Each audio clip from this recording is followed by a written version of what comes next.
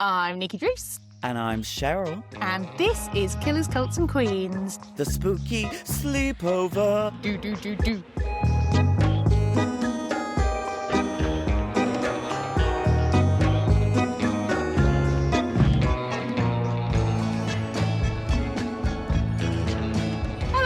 Welcome to Killers, Cults and Queens. It's time for the Spooky Sleepover. Yes, indeed. It's our weekly chat show where we catch up on this week's antics and discuss our rabbit holes of the week. But seeing as you're still out on the road, where are you? I can see the sea behind you. Are you on a boat? Yes, I'm actually on a ferry right now. No, I'm joking. I am currently in Greenock, outside of Glasgow, in Bonnie, Scotland.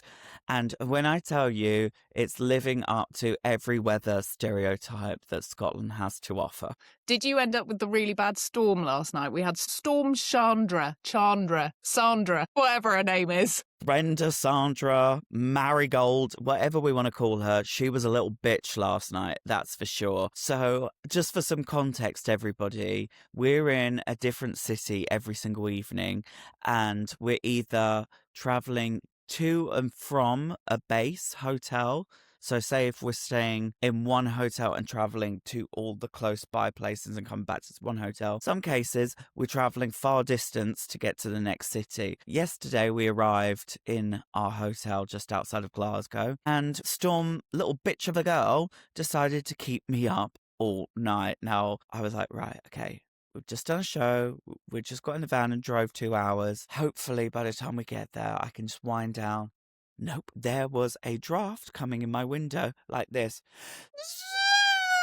So 3:30 in the morning, I'm not going to get any sleep. But I'm currently on day 10 in a row, and tomorrow is a day off. So I am pushing through. I'm going to give everything for this last show before our day off, and I am going to sleep all day tomorrow because Mama needs it. But I'm having such a fabulous time, Nikki. We're all getting very comfortable with the show. It's getting even more ridiculous with every show we're doing, which I didn't think it could get any more ridiculous. And who knows what it's going to be like by the time we get to the 36th show. Pure chaos, I reckon. Organised chaos, maybe. Yeah, I think we're at pure chaos already right now, but it is beautiful up here. I do like to be beside the seaside. I do like to be beside the sea. I just like to not be almost blown away like Dorothy in The Wizard of Oz.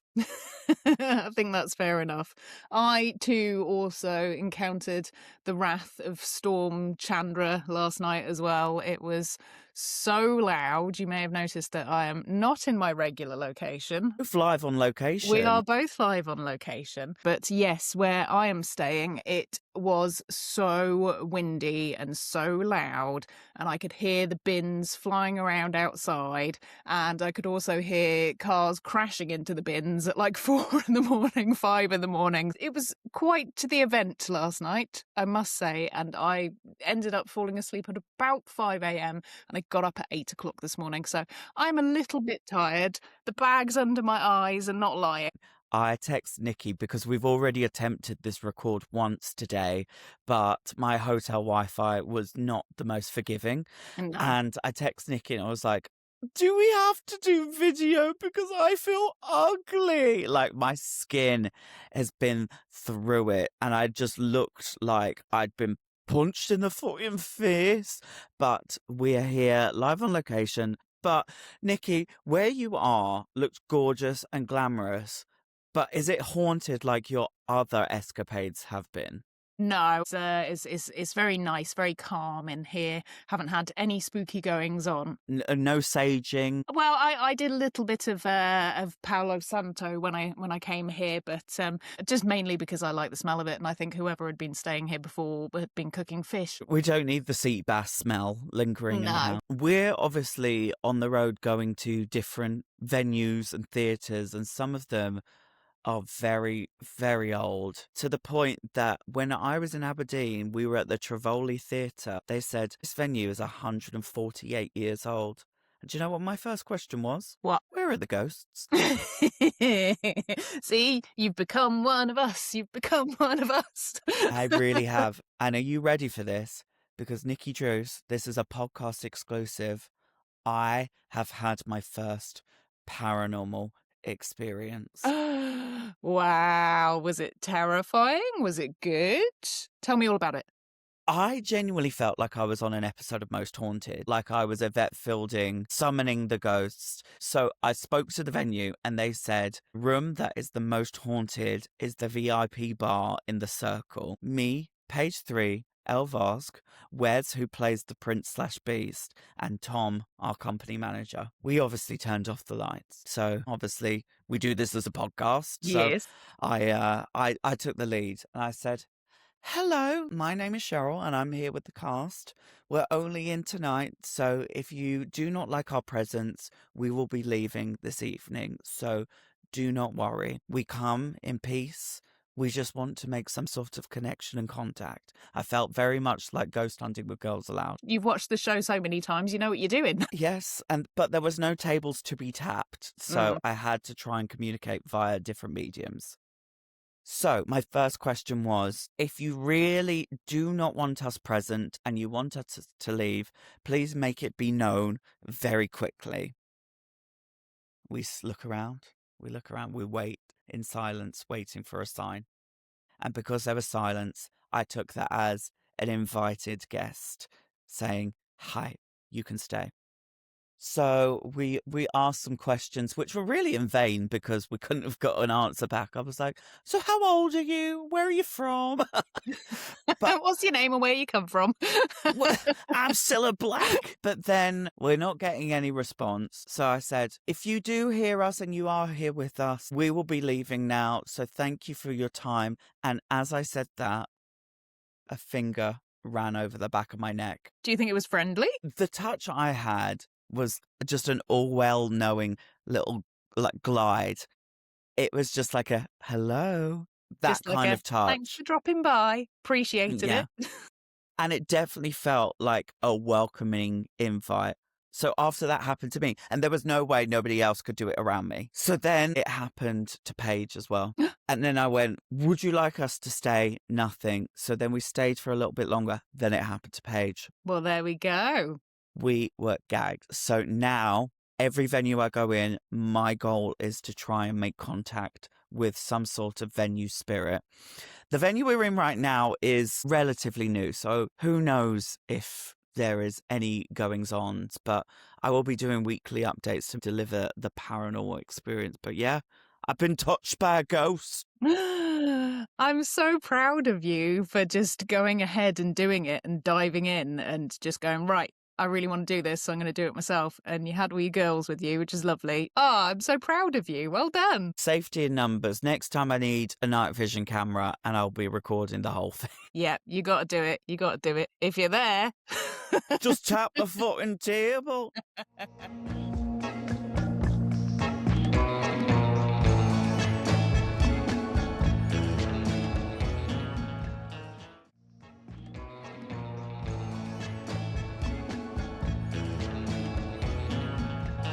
All right, Nikki Drews, shall we dive down some rabbit holes this week? What have you been lost in? Is it going to be trauma, or is it going to be treat, or is it going to be a combo this week? It's a combo, really, this week. So Oh. I have been finding out about something which is very, very unique to just one place in the world. So have you ever heard of Chernobyl? Chernobyl, the place with the nuclear and the big explosion. Yeah. So I stumbled across an article this week which got me from the headline alone. So the headline: nuclear wolves are now cancer resistant. I was not expecting that. I wasn't expecting that at all. I am so intrigued. I don't know much about Chernobyl or Cheryl Noble that I thought it was called as I was growing up. Noble. But I'm fascinated by it. Maybe is it enough to do an episode on it?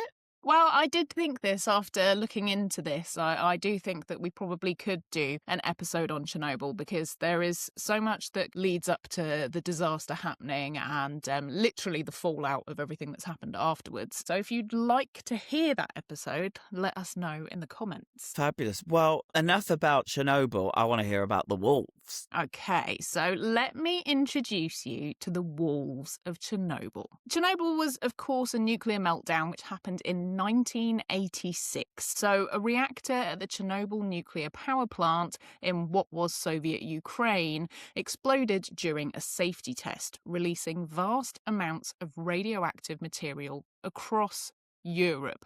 I didn't realise that it went so far. I thought it was just contained within the area, but Me no, too. it went everywhere. So entire cities were evacuated.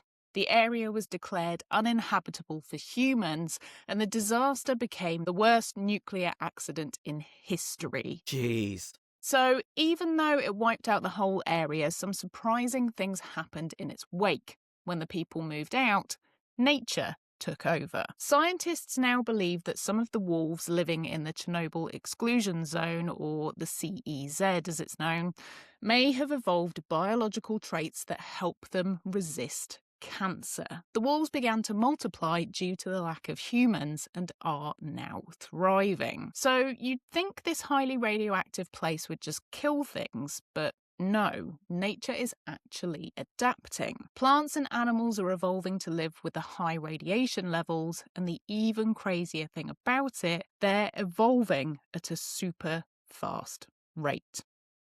This is scary. And not in like a horror movie way, just, oh, this is moving quick. I don't think my brain could process that. Yeah, and I think it's possibly got something to do with the radiation, that everything is sped up. So it's just interesting that there are some really strange things that are happening because of these high doses of radiation and these animals having been born in those places. So they're coming from animals that are already highly irradiated. Just picturing wolves with like 9 eyes. Yeah, it could happen. But here's where it becomes quite spooky. Because the area had to be evacuated immediately, these animals are living in a deserted town. So they've adapted to humans not being around, but they're still using the crumbling infrastructure as their homes. But for humans, this place is completely uninhabitable.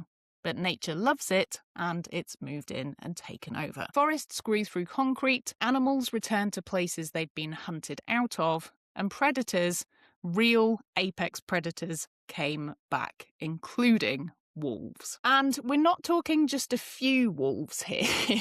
There are now thought to be several times more wolves living inside the exclusion zone than in surrounding protected nature reserves. So they're flocking to this place now. So this place offers something extra that the normal standard forest doesn't offer. Wow. Is it kind of like iRobot, where it's just Will Smith just living on his own in this deserted town, but it's just thousands of wolves just going, oh, I'm going to go to the mini mart. Pretty much. And there's also, there's stray dogs that live there as well, because obviously when people left, they had to go.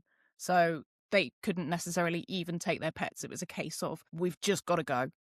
So in that situation, you have to make some heartbreaking decisions because it's do that or you die. And so lots of stray dogs got left behind. So there are complete colonies of stray dogs as well. And I probably would assume that these stray dogs and these wolves are hanging out together now. We're in the same family, just different generations. It's just like a really twisted Disney film.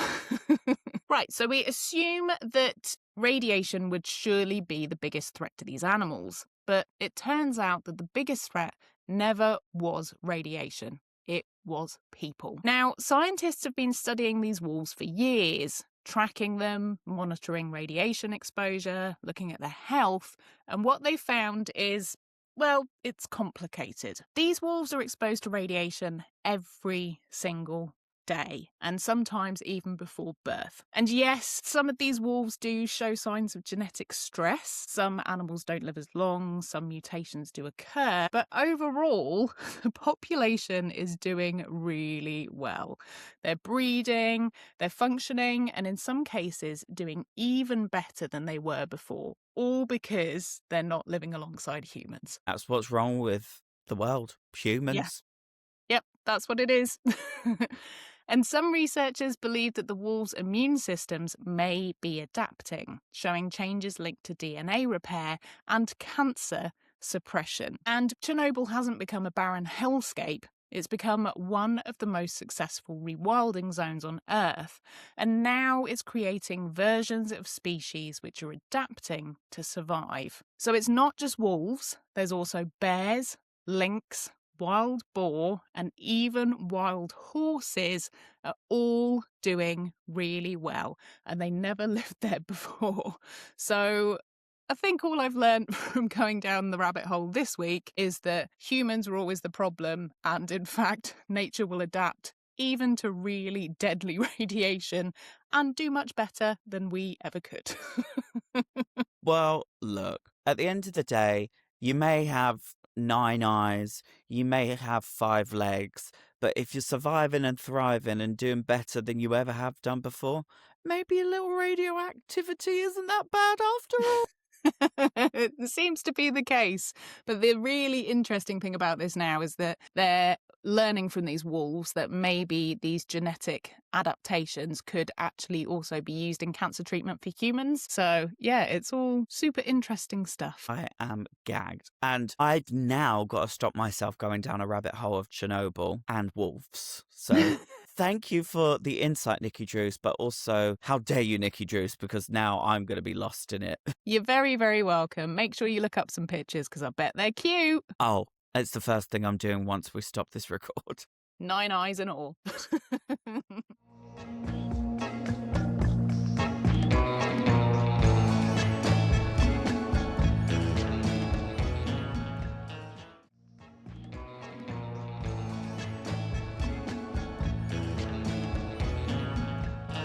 But what about you, Shez? What have you got for me this week? So I'm not sure if I've discussed with you, but I am very late to the Stranger Things party. And I'm talking 10 years late to the party, but I finally made it. I'm finally up to date. And this really isn't a spoiler. I'm not going to ruin the show for anybody. But we have all been talking about one thing and one thing only, which is, what is your Vecna song? Does that mean anything to you, Nikki Drews? This means absolutely nothing to me, Vienna, because I watched the first season of Stranger Things, and then I watched it again about 3 years ago, and I just can't get into it. It's just not my thing. It's just a little bit too twee for me, to be honest, and it's just a bit like E.T., and I'm just not very keen on it. I do love E.T., but yeah, no. It's not for me. Look, at the end of the day, it's not for everybody. You're a bit more hardcore than I am, so it's right up my street. But this isn't a spoiler. So Vecna is a villain, a baddie in the show, but one of the ways to escape him once he's got his hands on you, not physically, but up in here, is via music, the power of music. And obviously the song that launched 1,000 ships back in 2022, Running Up That Hill, the rebirth of Kate Bush, that was the huge moment in the show. That was a Vecna song that saved one of the characters from being taken by him. But what would your Vecna song be to literally get you out of that tunnel and back into the light? Well, I have actually been listening to a lot of Duran Duran recently. Oh, fabulous. Hungry Like the Wolf? Yep, Hungry Like the Wolf. Rio as well is a good one. Girls on Film, that's Yeah. one of my real favourites. But that's because of, again, no spoilers on this one, but 28 years later, The Bone Temple, there's a lot of Duran Duran in it. So, yeah, I've been listening to a lot of that recently. So I'm going to pick Girls on Film, probably. Well, I'm going to pick one of my Girls Aloud, and I think mine would probably be either Sound of the Underground or Call My Name by Cheryl. Or Sound of the Underground. What an amazing breakout single. You just hear...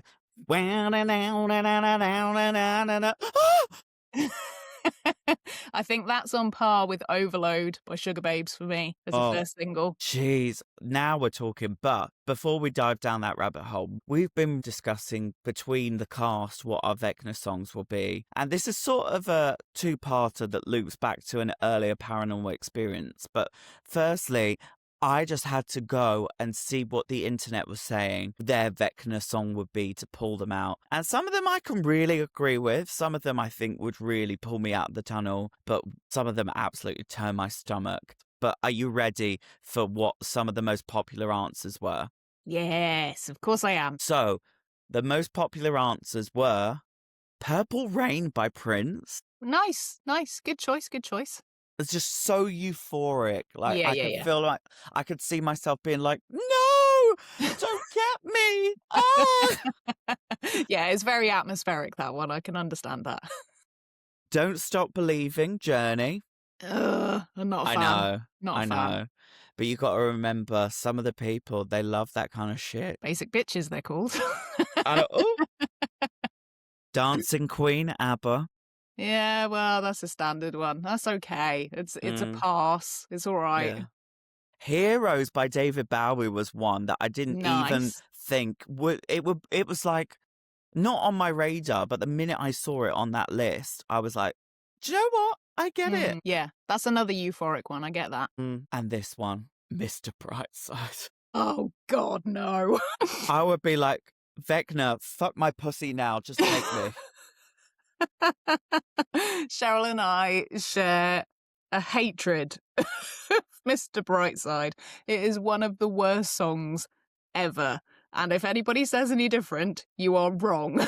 Exactly. It's so monotone and so boring, and it never gets going, and I hate it. With a passion. They're all just so predictable as well. It's just giving like wedding disco. I don't want that. I want somebody to be like, yeah, my Vecna songs, I don't know, Gangnam Style. Don't Stop Me Now by Queen. Yeah. Baby Got Back. Just Something interesting. A bit of spice, variety, campery, you know? Spice Girls. Spice Girls, spice up your life. But leading me on to the tangent that we then got lost down the rabbit hole of Vecna songs, we have somebody haunting us on this tour. Who's following you around? We have a ghost. Not the paranormal ghost that touched me on the neck. He's doing something worse. And this came from a very tiring day during our tech rehearsals, 13-hour day, and I was on stage yawning, and the cast were taking the mickey up because apparently my yawns sometimes sound a bit too sensual. And I got to the delirious stage that I was like, oh God, make it stop. So now we've come to the assumption that I've been fucked by a ghost. That's probably what's happened. But in true group settings, the joke never stops there. It keeps growing and evolving. So then we had to obviously name him because other members of the cast were then having intimate relations with the ghost at the most inappropriate moments in the middle of scenes as we're getting pulled off into the wings. He's getting us. So we decided to name him Fernando. And as we were getting ready for our opening night, of all places, somebody decided to play Fernando by ABBA. And that is now the cast's Vecna song. It all links together, doesn't it? How beautiful. I was going to say that, you know, it makes sense that you have been having encounters because it all started with a finger, didn't it? Start with a finger, and let me tell you. And now you're possessed by a ghost. Multiple times a day. Wowee. Oh, well, paranormal experiences. You can't beat them. Went in Rome.